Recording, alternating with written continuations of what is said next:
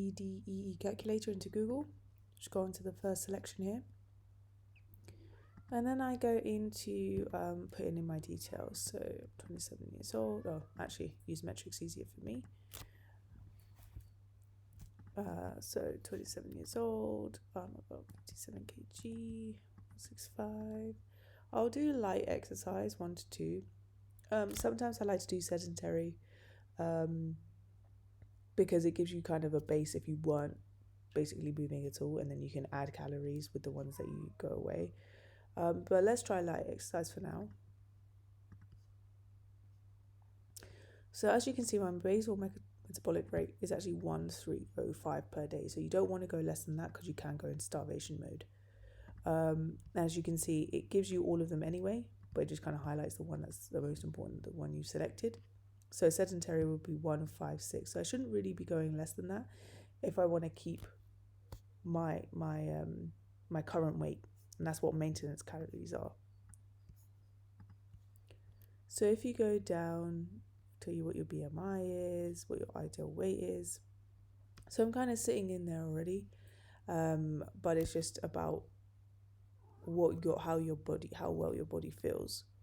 So here is where your macronutrients is, and so you can kind of see how your macronutrients can be split up.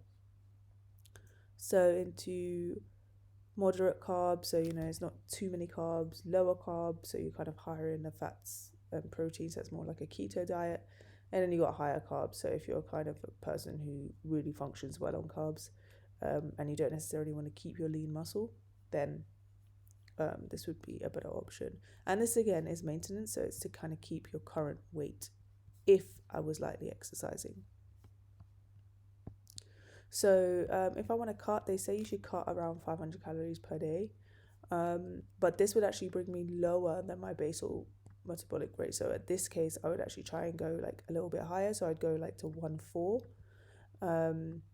because this is just kind of a calculator. It's not advising you anything, but it's better than, you'd rather not go below your basal because you can go into starvation mode and you just end up retaining all your fat anyway. So so it was I would kind of go to 1.4 and then maybe up my exercise a little bit. And if you're bulking, it's the opposite, which I would love to do. You can get up to 2,200, so nearly 2,300 calories per day, which would be an additional 500 calories. Because I'm already in my BMI, like I'm quite normal weight in my BMI, I'm within my ideal weight. That's another reason why I wouldn't necessarily cut 500 calories. I might start at like 200 per day and then kind of increase, because it gives you some flexibility later.